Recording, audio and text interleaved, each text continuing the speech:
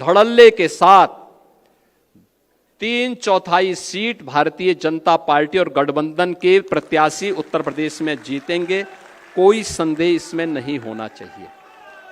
अखिलेश यादव से भिड़ गए योगी आदित्यनाथ, कहा 2027 में बीजेपी की सीट आएगी 300 पार।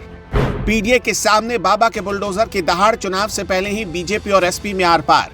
2027 के विधानसभा चुनाव में क्या नतीजा होगा, इसको लेकर पहली भविष्यवाणी आ चुकी है और ये भविष्यवाणी की है योगी बाबा ने।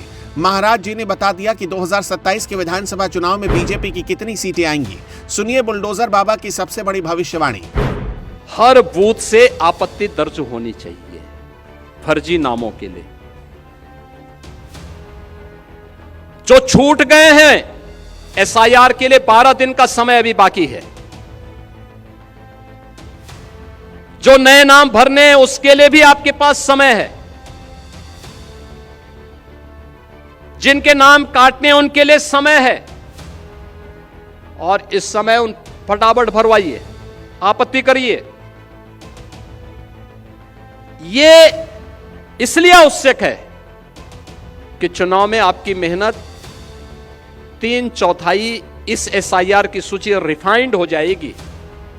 3/4 मेहनत आपकी पूरी हो गई, तब केवल 1/4 मेहनत आपको विधानसभा चुनाव में करना होगा और धड़ल्ले के साथ 3/4 सीट भारतीय जनता पार्टी और गठबंधन के प्रत्याशी उत्तर प्रदेश में जीतेंगे, कोई संदेह इसमें नहीं होना चाहिए।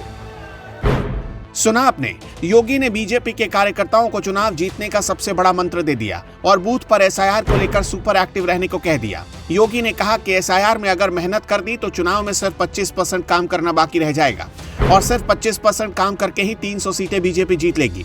और ऐसा ही नहीं, बुलडोजर बाबा का पूरा फोकस चुनाव पर है। यूपी को देश का सबसे विकसित राज्य बनाने के लिए गोरखपुर वाले महंत ने कुछ बड़ा करने का प्लान कर लिया है। योगी आदित्यनाथ ने 15 दिसंबर को टाटा सन्स के चेयरमैन एन चंद्रशेखरन से मुलाकात की।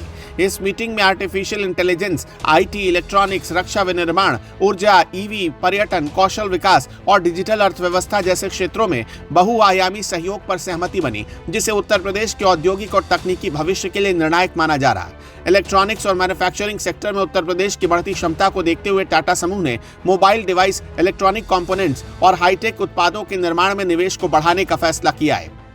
ये मीटिंग बताती है कि अब योगी बाबा यूपी को 2027 से पहले ही 1 ट्रिलियन की इकोनॉमी बनाकर करिश्मा करने जा रहे हैं।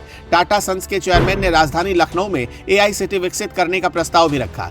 यानी बुलडोजर बाबा को टाटा का फुल सपोर्ट है और अब यूपी को मुंबई बनाने का लक्ष्य लेकर योगी महाराज 24 घंटे एक्शन मोड में है, जबकि अखिलेश यादव लगातार योगी सरकार पर अटैक कर रहे हैं। इनका बुलडोजर तो हमेशा तैयार रहता है। सहारनपुर में ही बुलडोजर चला कि नहीं चला कहीं? अच्छा, बच गया यहाँ पर। जो बुलडोजर से डराते थे, ये कब सीरत में क्यों डर गए? ये क्या कारण है कि इतने खुला सब कुछ जानकारी है, उसके बावजूद भी बुलडोजर नहीं चल रहा है? तो इसका मतलब ये हुआ कि सरकार की जो स्कीम है 1 डिस्ट्रिक्ट 1 माफिया और मजबूती से चल रही है। इतना ही नहीं, अखिलेश ने सोशल मीडिया पर भी एक बड़ी चौंकाने वाली बात लिखी। सोशल मीडिया प्लेटफॉर्म एक्स पर किए गए पोस्ट में अखिलेश यादव ने मुख्यमंत्री योगी आदित्यनाथ के बयान का हवाला देते हुए दावा किया कि एसआईआर के दौरान जिन 4 करोड़ मतदाताओं के नाम वोटर लिस्ट में शामिल नहीं हो पाए, उनमें 85 से 90% भाजपा के मतदाता बताए जा रहे हैं। सपा अध्यक्ष अखिलेश यादव ने साफ कहा कि इससे पीडीए समाज को फायदा होगा। भाजपा इस बार विधानसभा चुनाव में पिछड़ने वाली है। जिन 85 से 90% मतदाताओं के नाम साक्ष्यों के अभाव में हटाए गए, वो भाजपा के वोटर निकले। इसका मतलब यह है कि वोटर लिस्ट में गड़बड़ी करने वालों में भाजपा समर्थक ही अधिक थे। जेवर 24 के दर्शकों, आपने देखा कि कैसे अखिलेश और योगी दोनों अपनी अपनी जीत के दावे करने में लगे हैं। आप कमेंट करके बताइए कि 2027 में कौन जीतने जा रहा और किसकी कितनी सीटें आएंगी। कमेंट बॉक्स आपका इंतजार कर रहा है।